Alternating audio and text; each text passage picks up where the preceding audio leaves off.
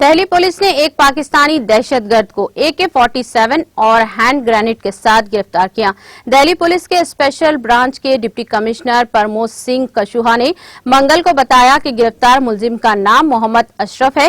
خفیہ اطلاع کی بنیاد پر دہلی پولیس کی اسپیشل برانچ نے اسے جمنا پار کے لکشمی نگر علاقے سے گرفتار کیا۔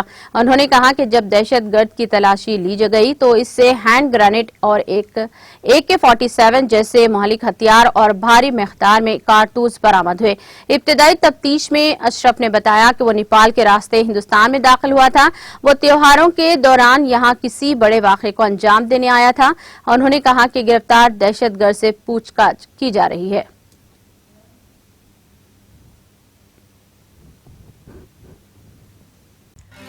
ناظرین، ہمارے TTV نیوز کو سبسکرائب کریں، بیل آئیکن کو پریس کریں، شیئر کریں اور لائک کرنا نہ بھولیں۔ اور کسی بھی ایڈورٹائزمنٹ کے لیے ہمارے اس نمبر پر کانٹیکٹ کریں۔ ہمارا نمبر ہے 9550102020 پر۔